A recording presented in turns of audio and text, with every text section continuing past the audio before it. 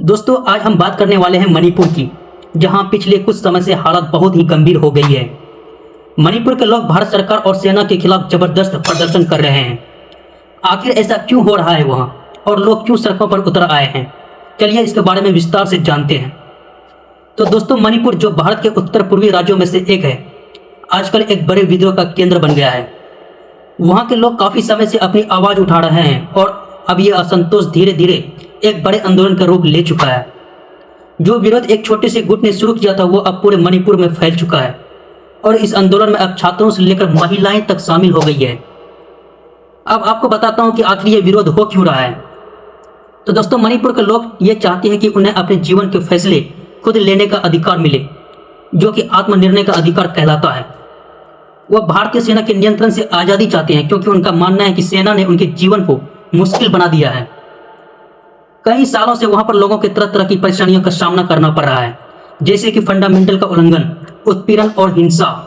यहां तक कि इस आंदोलन में छात्रों और महिलाओं की भी बड़ी भागीदारी रही, खासकर महिलाएं की, जो बड़ी संख्या में सड़कों पर उतरकर विरोध प्रदर्शन कर रही है। ये अपने आप में एक शर्मनाक घटना है, क्योंकि मणिपुर की महिलाएं हमेशा से संघर्षों में आगे रही है और आज भी वो अपनी आवाज बुलंद कर रही है। मणिपुर के लोगों का कहना है कि भारत सरकार ने सालों से उनकी समस्या को नजरअंदाज करते आ रहा है। उन्हें सही से राजनीतिक पार्टी नहीं मिला और सालों से उन्हें सिर्फ दबाया ही जा रहा है। यही वजह है कि अब लोग खुलकर सामने आ रहे हैं और अपने अधिकारों की मांग कर रहे हैं। दोस्तों, अब चलते हैं थोड़ा राजनीतिक मुद्दा पर। आपको पता है कि मणिपुर में बीजेपी की सरकार है और वहां के मुख्यमंत्री एन बीरेन सिंह पिछले कई सालों से सत्ता में है। साल 2017 से बीजेपी वहां की सत्ता में है, लेकिन लोग कह रहे हैं कि सरकार इस समस्या को ठीक से संभाल नहीं पाई। मणिपुर में कई लोग बीजेपी पर आरोप लगा रहे हैं कि वो असली मुद्दों को हल करने की जगह सिर्फ कानून और व्यवस्था के नाम पर चीजों को दबाने की कोशिश कर रही है।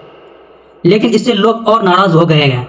बीजेपी की सरकार इस बात को आलोचना हो रही है कि वहां लोग समस्याओं को समझने के बजाय उन्हें चुप कराने की कोशिश कर रही है। अब वहां के लोगों का कहना है कि अब तक प्रधानमंत्री यहां आए नहीं है और कुछ भी इसके बारे में कहा नहीं है।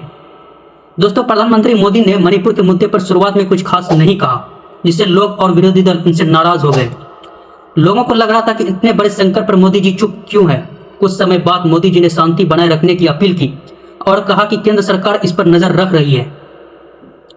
अब बात करते हैं सरकार की प्रतिक्रिया की। तो सरकार इस कानून और व्यवस्था का मामला बताकर इसे दबाने की कोशिश की है। वहां सेना की तैनाती और भी बढ़ा दी गई और कर्फ्यू भी लगा दिया गया। और तो और वहां पर इंटरनेट जैसी जरूरी सेवाएं पर भी रोक लगा दी गई, ताकि लोग आपस में बातचीत ना कर सके। पर यह सब उपाय लोगों को चुप नहीं कर पा रहे हैं, बल्कि नाराजगी और बढ़ती जा रही है। सरकार का सेना रुख और मजबूत होते जा रहे हैं। प्रदर्शनकारियों के साथ झड़पें हो रही है, कई लोगों को गिरफ्तार किया जा रहा है, लेकिन यह रणनीति भी अब काम नहीं कर रही है। दोस्तों, मणिपुर के लोग और मजबूती से अपनी बात रख रहे हैं। उनका कहना है कि अब और अधिक बर्दाश्त नहीं करेंगे और उन्हें अपने अधिकार चाहिए। तो दोस्तों, ये विरोधी प्रदर्शन सिर्फ आज की परेशानियों को लेकर नहीं है, ये एक गहरे असंतोष का नतीजा है जो सालों से पनप रहा है, लेकिन सरकार की कड़े रुख ने इस दरार को गहरा कर दिया। इनका प्रदर्शन ने अब राष्ट्रीय और अंतर्राष्ट्रीय स्तर पर भी ध्यान खींच रहा है। कई मानवाधिकार संगठनों ने मणिपुर में हो रहे फंडामेंटल उल्लंघन की आलोचना की। उनका कहना है कि सरकार को लोगों की आवाज़ सुननी चाहिए, न कि उन्हें दबाने के लिए और सख्त कदम उठाने चाहिए। तो दोस्तों, मणिपुर की यह स्थिति सिर्फ एक राज्य का मुद्दा नहीं है, बल्कि ये एक संकेत है कि जब तक लोगों की समस्या को सही तरीके से नहीं सुना जाएगा, तब तक असंतोष और बढ़ेगा। और ये बात हमें सोचने पर मजबूर करती है कि आखिर कब तक हमारे देश के नागरिक अपने अधिकार के लिए संघर्ष करते रहेंगे। अगर आपको इस वीडियो में दी गई जानकारी पसंद आई है तो लाइक शेयर जरूर करें और चैनल को सब्सक्राइब करना न भूलें, ताकि आपको और भी ऐसे महत्वपूर्ण मुद्दों पर जानकारी मिलती रहे। दोस्तों, मणिपुर के इस मुद्दे पर आपकी क्या राय है, कमेंट्स में हमें जरूर बताइए। मिलते हैं किसी नई वीडियो में, तब तक जय हिंद।